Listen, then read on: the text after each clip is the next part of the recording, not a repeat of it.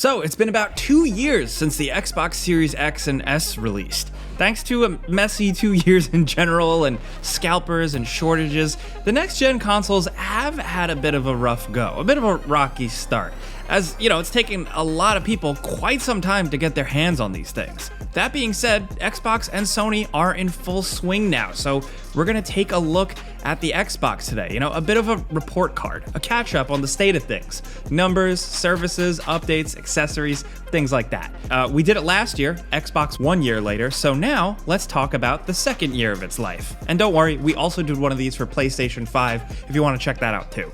So first up, of course, let's talk sales and availability stuff. Xbox Series X seems a bit easier to come across than the PS5. They're still not everywhere though. On Amazon, at the time of making this video, you still need to sign up for an invite to purchase, but on Xbox's official site at the time of making this video, it seems like you can actually get a bundle shipped to you in 2 to 3 days. Along with that, it's worth noting that the Series S, the less powerful cousin, has been totally available pretty much at all times. Now, while exact sales numbers are a bit harder to pin down, just unofficial estimates, we know by their most recent financial results, those for Q1 2023 reports, console hardware sales are up. The gaming CEO, Phil Spencer, has stated that the Series X and S is the best-selling console in the company's history, which is pretty significant when you think about it. I mean, that's stacking up against the big guys like the Xbox 360. Still, it can make sense. Gaming is bigger than ever, so it's not out of the question. And in January of this year, analyst Daniel Ahmad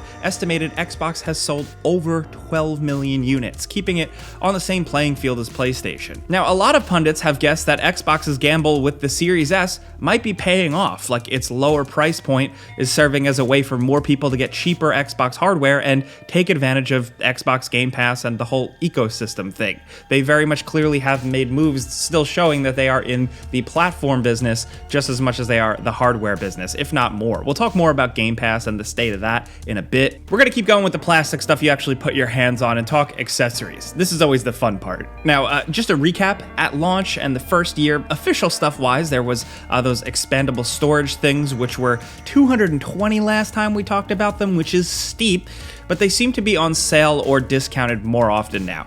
Then there's the black, white, and shock blue controllers and a rechargeable battery among the top things. But now, more recently, we have the Xbox wireless headset. It's a solid, fairly well-built headset that isn't outrageously priced and gets the job done. Also, a new version of the second Xbox Elite controller in white, maybe to match the look of the Series S or something, I don't know, but we also saw a relaunch of the Xbox Design Lab where you can pretty extensively customize a standard controller if you're willing to pay up for it, and it can be pretty cool. Along with that, you can also customize an Elite controller. It's not as extensive and detailed as the options with the base controller, but it still seems kind of cool if you want to pony up the cash. Then, of course, we gotta talk about the games. In our previous video, we covered up to about the release of Forza Horizon 5 and Psychonauts 2. Now, since then, for the games under the official Xbox Game Studios banner, we've had Halo Infinite last December from 343, we've had the story-based and underrated As Dusk Falls over the summer,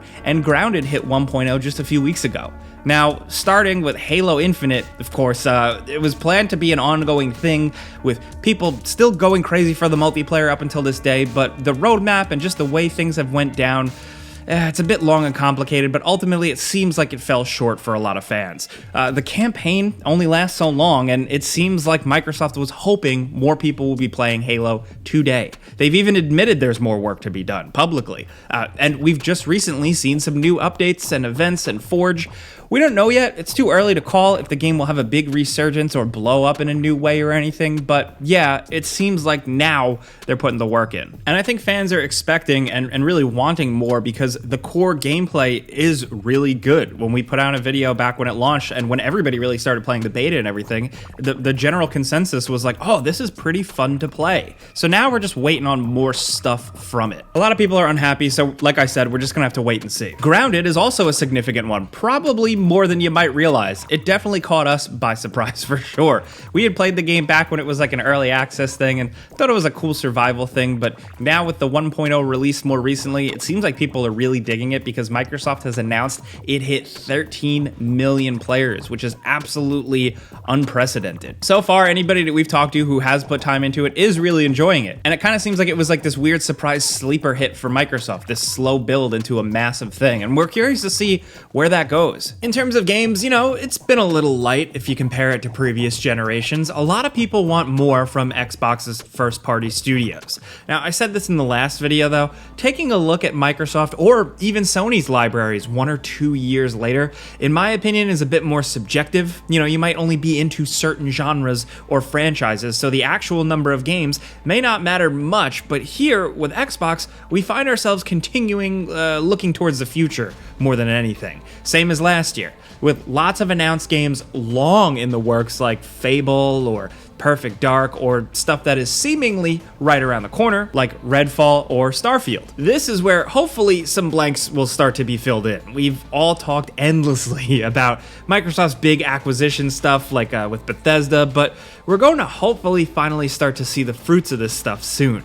Then, of course, there's the big Activision Blizzard acquisition, a record-breaking, industry-crazy thing that we don't even know how that's going to go or how long that will even take to become a thing. But you can assume eventually that will add to the portfolio. Like we've said before, here at gameranx, most of us bounce around between all the platforms, so we do actually find ourselves playing older stuff and new third-party games on this platform as well as indies. Now, interface-wise, things have been nice and simple, with a lot of upgrades more under the hood than visual or organizational. Boot up times are quicker after recent updates, and Discord support is really nice to have. Discord voice specifically being on Xbox is a good thing, for sure. Our timing isn't really great though, interface-wise, because it seems like there is a bigger change-up on the horizon. Like, it looks like a refresh to the homepage is coming next year, and through some early previews some people were able to access, it looks like maybe you'll be able to scroll down and see even more right from the homepage instead of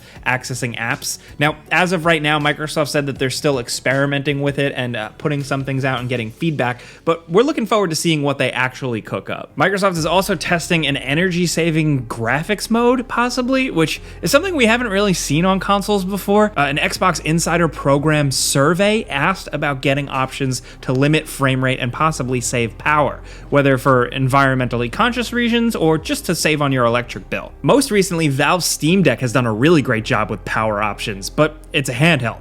Xbox has already more recently updated the console to show a more detailed explanation of power down and standby options, but to actually see Xbox considering doing something like this, with the survey showing it's a possibility, it's just an interesting option for consumers, even if small. Then cloud streaming, or xCloud, is more usable than ever. At this point, it has been fully released since June 2021, I think, so it does prove itself to be useful in certain situations, and they've really gotten the kinks ironed out. It's certainly still not how we're playing all the time. We'll always choose the old-fashioned way first, but a quick game on your phone, it's pretty cool. And Safari on iOS support and desktop browser support definitely helps.